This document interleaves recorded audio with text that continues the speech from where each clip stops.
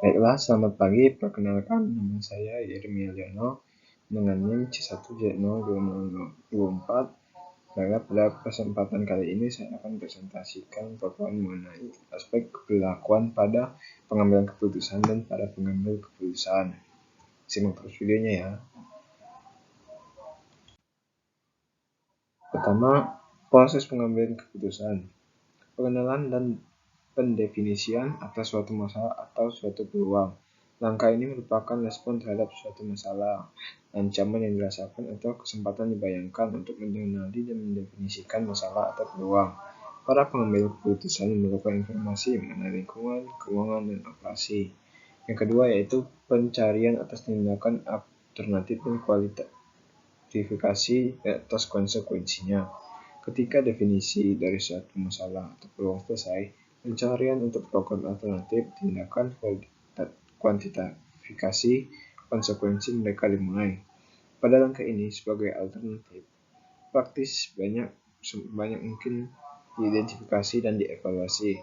Pencarian sering dimulai dengan melihat masalah serupa yang terjadi di masa lalu dan tindakan yang dipilih saat itu.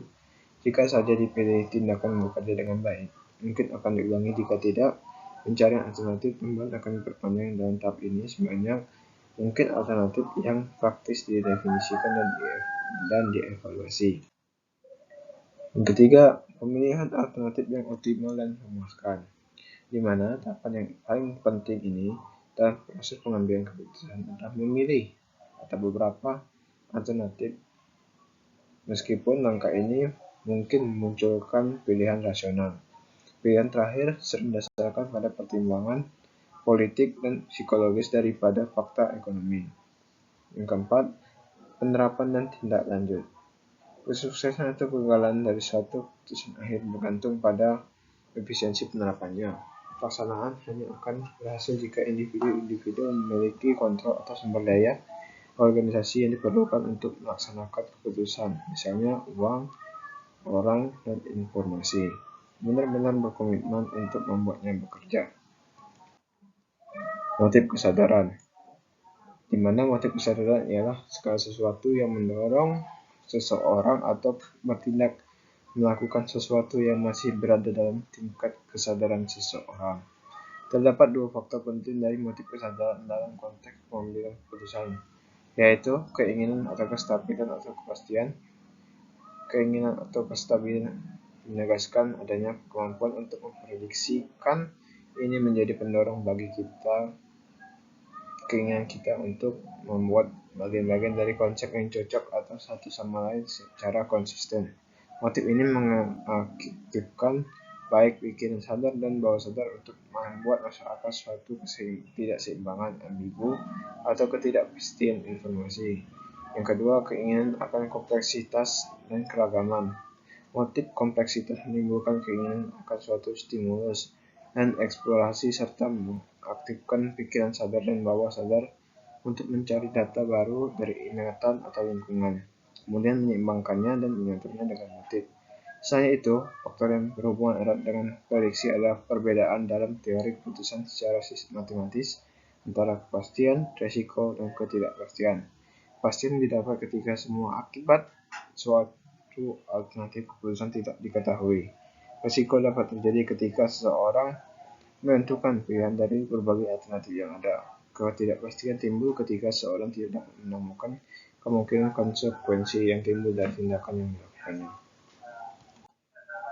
Dengan mudah menggunakan dimensi kompleksitas dan kemampuan untuk membuat prediksi, para ahli psikologi telah mengembangkan 4 jenis model keputusan. Pertama, model keputusan yang diprogram secara sederhana.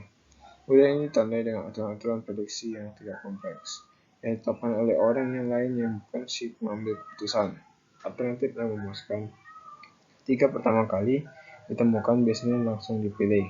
Alternatif tersebut dinilai berdasarkan kriteria yang sederhana, dengan resiko yang minimum. Dan penerapannya dilakukan secara individu.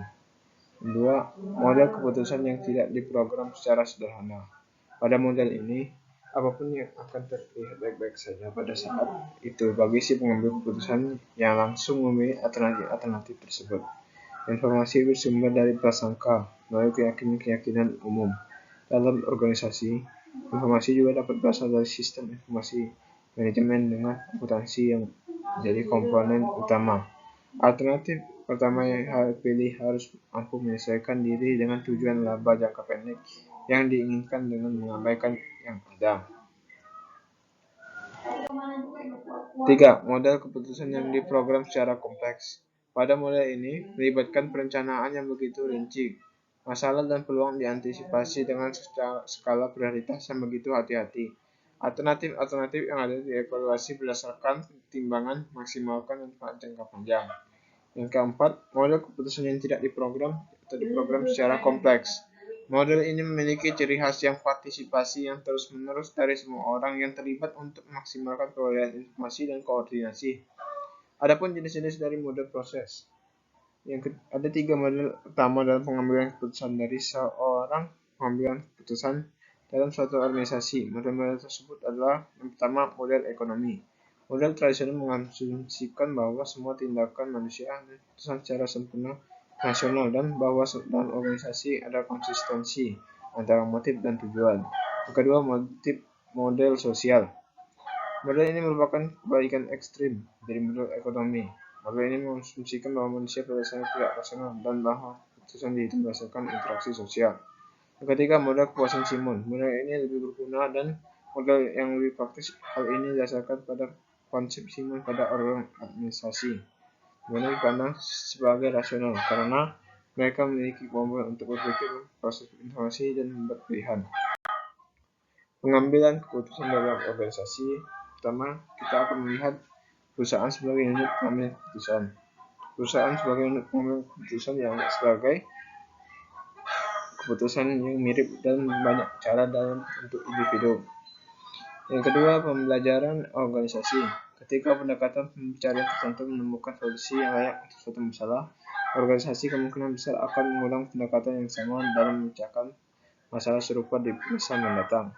Yang ketiga, manusia para pengambil keputusan organisasi. Penting untuk diingat bahwa manusia dan bukannya organisasi yang mendefinisikan masalah atau peluang yang mencari tindakan alternatif secara optimal. Kekuatan dan kelemahan individu sebagai pengambil keputusan. Manusia merupakan makhluk rasional yang memilih karena memilih kepastian untuk berpikir, memilih, dan belajar. Tetapi rasionalitas manusia adalah sangat terbatas karena mereka hampir tidak memperoleh informasi yang penuh dan hanya ada memproses informasi yang tersedia secara berurutan. Perilaku rasional dari individu dalam situasi pengambilan keputusan oleh karena itu terdiri dari atas pencarian di antara alternatif yang terbatas akan suatu solusi yang masuk akal dalam kondisi di mana konsekuensi dari tindakan tidaklah pasti. Peran informasi akuntansi dalam pengambilan keputusan. Secara definisi, keputusan manajemen mempengaruhi kejadian tindakan masa depan. Sedangkan informasi akuntansi memfokuskan pada peristiwa di masa lalu, tidak dengan sendirinya dapat mengubah kejadian atau dampaknya, kecuali hal itu dilakukan melalui proses pengambilan keputusan dengan kejadian masa depan besar beserta konsekuensinya. 4. Data akuntansi dalam pemilihan. Bobot yang diberikan pada informasi akuntansi dalam pilihan akan sangat bervariasi. Hal itu tergantung pada sampai mana jauh hal itu dipandang mengurangi ketidakpastian yang mengelilingi proses pengambilan keputusan. Data penjualan dan biaya masa lalu. Misalnya akan digunakan sebagai pendekatan pertama terhadap permintaan masa depan untuk proses produk yang dijual di masa lalu. 2 elemen yang lainnya yang mempengaruhi keyakinan yang diberikan pada informasi akuntansi adalah permintaan dan persaingan.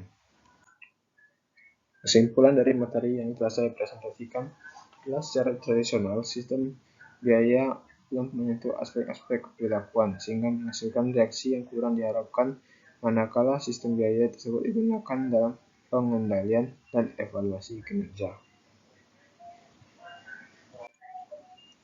Terima kasih sudah menonton. Sekian dari presentasi dari saya. Lebih dan kurang saya mohon maaf. Saya akhiri. Terima kasih.